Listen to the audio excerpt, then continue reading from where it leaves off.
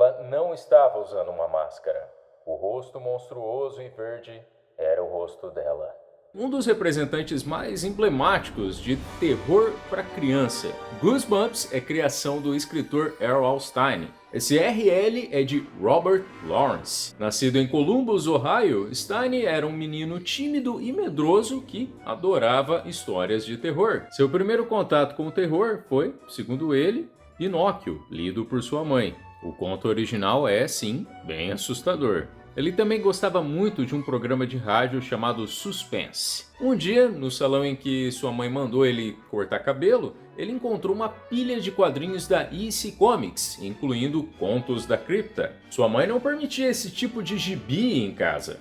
Então, durante um tempo, ele ia cortar cabelo todo sábado para não perder nenhuma edição, não só dos quadrinhos de terror da EC Comics, como também da revista Mad. Ele pediu $1 para sua mãe, dizendo que era para dar uma parada, e ele ia lá, dava uma parada de 10 segundos e passava o resto do tempo enfiado nas revistas. Aquelas histórias de horror com pitadas de humor seriam uma grande influência no seu trabalho no futuro. E ele colocou que estava aprendendo em prática logo cedo, aos 9 anos, fazendo sua própria revistinha caseira numa máquina de escrever antiga que ele encontrou no porão de casa. A revista depois era distribuída entre os colegas de classe, e toda vez que a professora percebia, saía tomando de todo mundo. No equivalente americano do ensino médio, ele foi mais encorajado, escrevendo para o jornal da escola. E, na faculdade, ele foi o editor do Sundial. Formado, ele se mudou para Nova York, pegando todo tipo de emprego que poderia encontrar, inclusive o de professor substituto, que, segundo ele, foi uma experiência bem assustadora. Stine casou-se em 1969 com Jane Wadhorn, que trabalhava no mercado editorial e com quem permanece até hoje.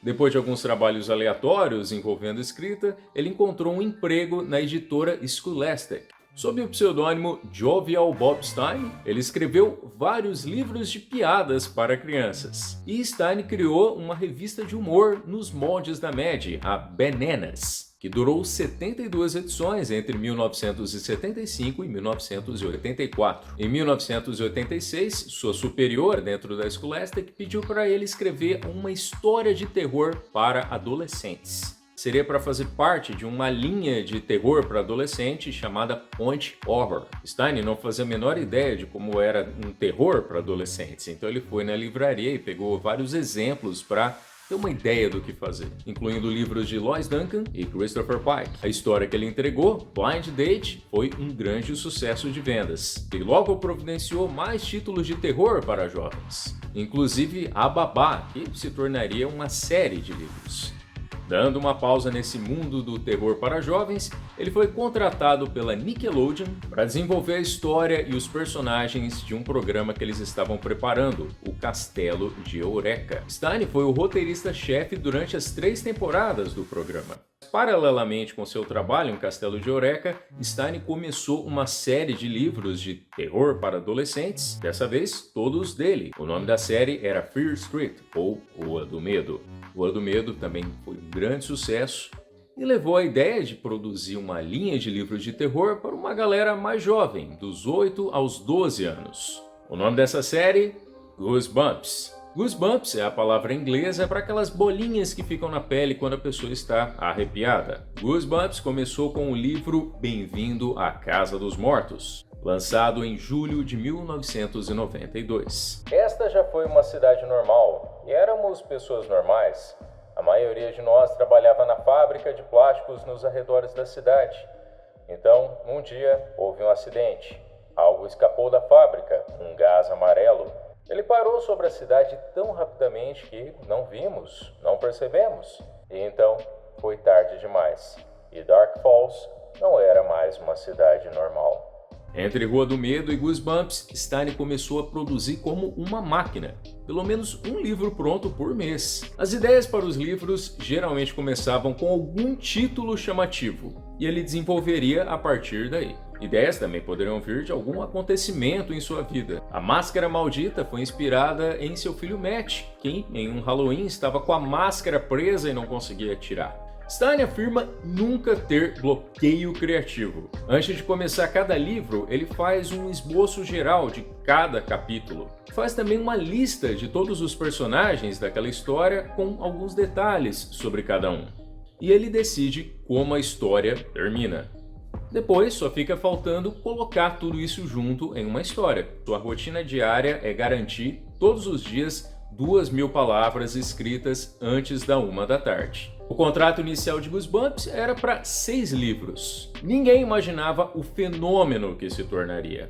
A premissa básica de uma história de Goosebumps envolve uma ou mais crianças sempre bem normais, sem nada de especial sobre elas, e são essas crianças normais que se veem diante de alguma grande ameaça. Os pais e os adultos na história geralmente são os inúteis, e as crianças devem resolver tudo sozinhas. Se tem algum tipo de ajuda, é de outras crianças. Stein afirma que sempre foi muito cuidadoso com os limites do público-alvo de cada um dos seus livros, nunca passando da linha daquilo que ele chama de susto seguro. Sua intenção é fazer, antes de tudo, livros divertidos. Além dos quadrinhos da DC Comics, ele menciona como inspiração Edgar Allan Poe, e seus outros escritores favoritos incluem P.J. Wodehouse, Agatha Christie e Ray Bradbury. Goosebumps foi um sucesso sem precedentes no mercado editorial. Até Harry Potter não se via crianças tão sedentas pelos próximos lançamentos de uma série de livros. Algumas escolas nos anos 90 tiveram reclamações de pais e educadores por terem esses livros de terror em suas bibliotecas. Uma audiência pública foi convocada para discutir se Goosebumps deveria estar à disposição das crianças de uma determinada escola. Stein assistiu a essa audiência pela TV e lembra muito bem de um pai que deu uma declaração. Era um homem que aparentava ser da classe operária e ele estava lá com uma pilha de livros de Goosebumps. Ele contou que trabalhava por muitas horas e não tinha tempo para ler para sua filha, mas ele queria que sua filha tivesse uma educação melhor do que a que ele teve. Queria que sua filha lesse mais do que ele leu. E se Goosebumps eram os livros que ela queria ler, ele queria que a escola tivesse Goosebumps. Stein chorou ao ouvir isso. Os responsáveis da escola em questão acabaram votando por manter Goosebumps na biblioteca. Stein também teve apoio de muitos bibliotecários, porque eles afirmavam que Goosebumps era o que estava sustentando eles, porque estava levando mais crianças até as bibliotecas. E Stein, em entrevistas, frequentemente menciona que se orgulha muito de ter feito com que crianças lessem mais. O sucesso dos livros levou Goosebumps até a televisão, um programa do tipo antologia, cada episódio uma história diferente.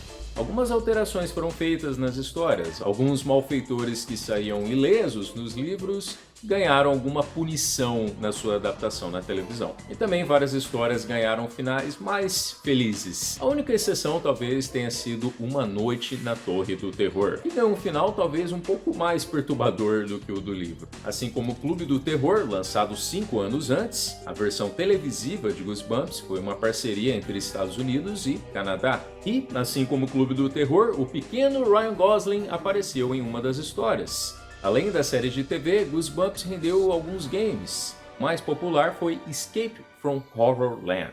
Stein também fez algumas séries de spin-offs de Goosebumps. Sleepy World tinha histórias com o boneco ventríloco do livro A Noite do Boneco Vivo.